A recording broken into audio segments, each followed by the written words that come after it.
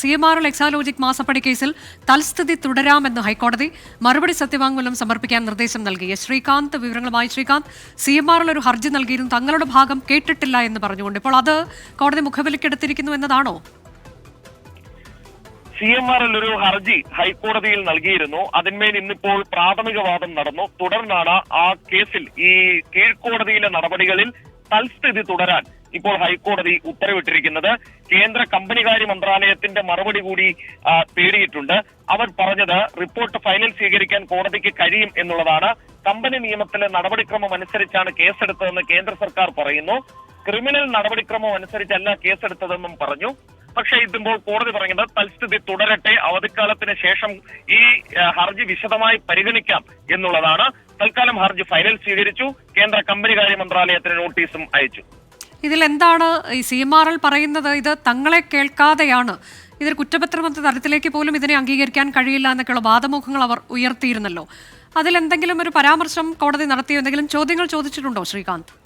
ഒരു ചോദ്യം കോടതി ചോദിച്ചിട്ടുണ്ട്. അതായത് ഇത് ഈ രീതിയിൽ സ്വീകരിക്കാനാകുമോ ഈ കുറ്റപത്രം എന്നുള്ളതാണ് കോടതി ചോദിച്ചത്. അതിൽ കോടതി ഒരു സംശയം പ്രകടിപ്പിച്ചു എന്നുള്ളത് മാത്രമാണ് ഈ ഘട്ടത്തിൽ ഉള്ളത്. തങ്ങളെ കേട്ടില്ല എന്നൊരു പരാമർശം കൂടി CMRLന്റെ ഭാഗത്തുനിന്നും വന്നു.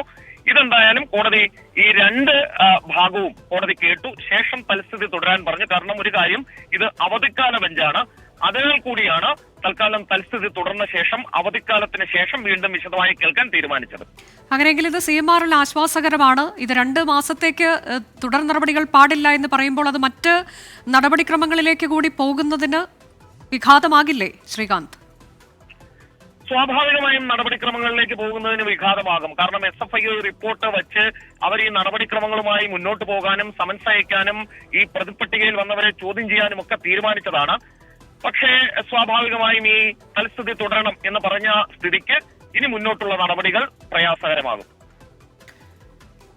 CMRL എക്സാലോജിക് മാസപ്പടി കേസിലാണ് തൽസ്ഥിതി തുടരാമെന്ന് ഹൈക്കോടതി പറഞ്ഞിരിക്കുന്നത്. 2 മാസത്തേക്ക് ഇതിൽ തുടർ നടപടികൾ പാടില്ല എന്ന് പറയുകയാണ്. SFI കുറ്റപത്രത്തിലാണ് തുടർ നടപടികൾ പാടില്ല എന്ന് ഹൈക്കോടതി പറഞ്ഞിരിക്കുന്നത്. സമൻസ് അയക്കുന്നത് ഉൾപ്പെടെ നിർത്തിവെക്കണം, തൽസ്ഥിതി തുടരണം എന്നുള്ളതാണ്. 2 മാസത്തിന് ശേഷം മാത്രമേ ഇതിൽ എന്തെങ്കിലും നടപടികളിലേക്ക് പോകാൻ കഴിയുകയുള്ളൂ എന്നുള്ളതാണ്. തുടർ നടപടികൾ SFI കുറ്റപത്രത്തിൽ പാടില്ല 2 മാസത്തേക്കെന്ന് ഹൈക്കോടതി പറയുന്നു. സത്യവാങ്മൂലം സമർപ്പിക്കാനും കോടതി നിർദ്ദേശം നൽകുന്നുണ്ട്. ശ്രീകാന്ത് തുടരുന്നുണ്ട്. ശ്രീകാന്ത്, ഇതിൽ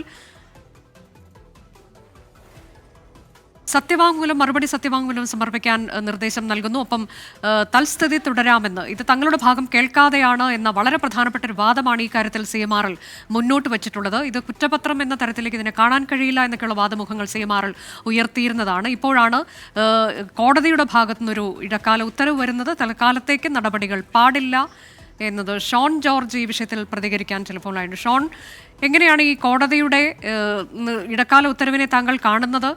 ഹർജി ഇപ്പോൾ അത് തൽസ്ഥിതി തുടരാമെന്ന് പറയുകയാണ്. CMRL നൽകിയ ഹർജിയിലാണിത്. തങ്ങളെ കേട്ടിട്ടില്ല എന്ന വളരെ പ്രധാനപ്പെട്ട ഒരു വാദമാണല്ലോ CMRL ഈ വിഷയത്തിൽ ഉന്നയിച്ചത്. ഇത് വളരെ ടെക്നിക്കൽ ആയിട്ടുള്ള ഒരു കാര്യം മാത്രമാണ്. ഇതിനു മുമ്പും വിവിധ ഹൈക്കോടതികളിൽ ഇവർ ഉന്നയിച്ചിട്ടുള്ള ആരോപണങ്ങൾ ഇതിപ്പോ ഇവിടെ നമ്മുടെ ഇപ്പോ സ്പെഷ്യൽ കോർട്ടില് ഇവരെ കേൾക്കാതെ തന്നെ അത് ട്രയലിലേക്ക് പോകുന്ന ആകുന്ന സാഹചര്യം ഉണ്ടാകുന്നതിനെ സംബന്ധിച്ച് മാത്രം അത് കോടതിയുടെ ഡിസ്കഷൻ തന്നെയാണ്.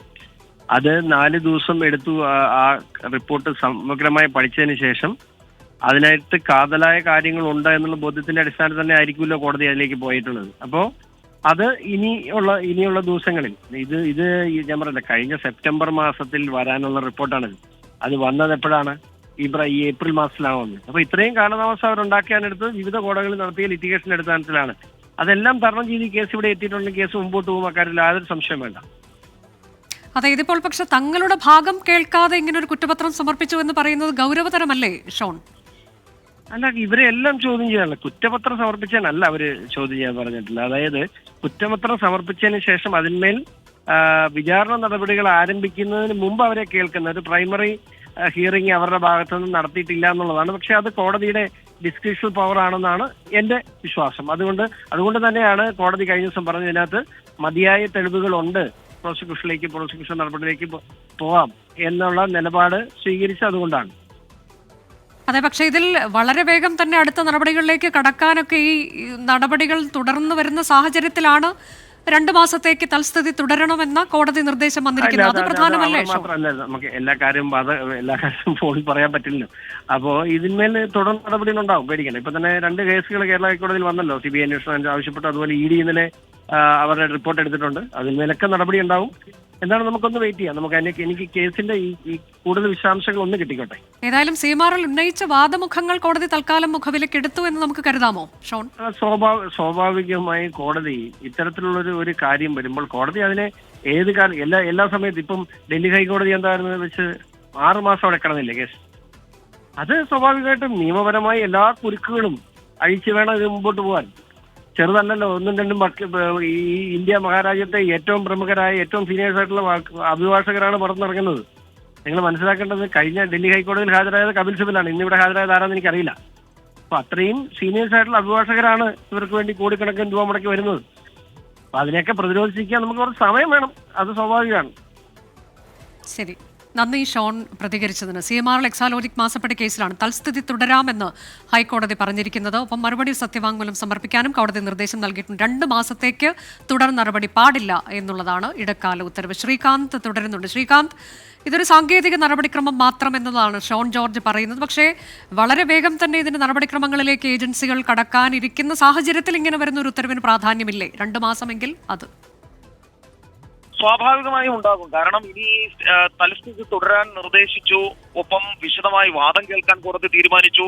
ഈ പശ്ചാത്തലത്തിൽ ഇതെല്ലാം പൂർത്തിയായി കഴിഞ്ഞു മാത്രമേ കൃത്യമായി ഈ കേസുമായി ഇനി മുന്നോട്ട് പോകാൻ കോടതിക്ക് SFIOയ്ക്ക് സാധിക്കുകയുള്ളൂ.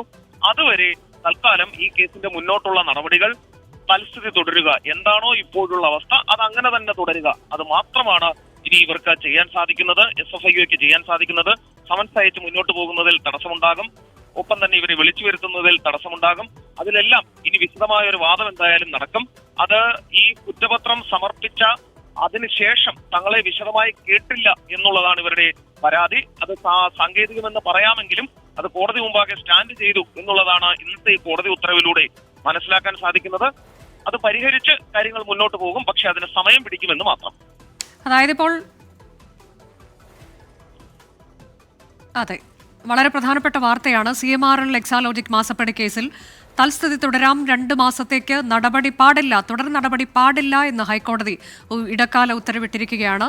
വീണ വിജയനും CMRലും താത്കാലികമായി ആശ്വാസകരമാണ്. ഇത് തങ്ങളുടെ ഭാഗം കേട്ടിട്ടില്ല എന്നുള്ള CMRന്റെ വാദം അത് തൽക്കാലത്തേക്ക് കോടതി മുഖവിലക്കെടുത്തിരിക്കുകയാണ്. മറുപടി സത്യവാങ്മൂലം സമർപ്പിക്കണമെന്ന നിർദ്ദേശം കോടതി നൽകിയിട്ടുണ്ട്.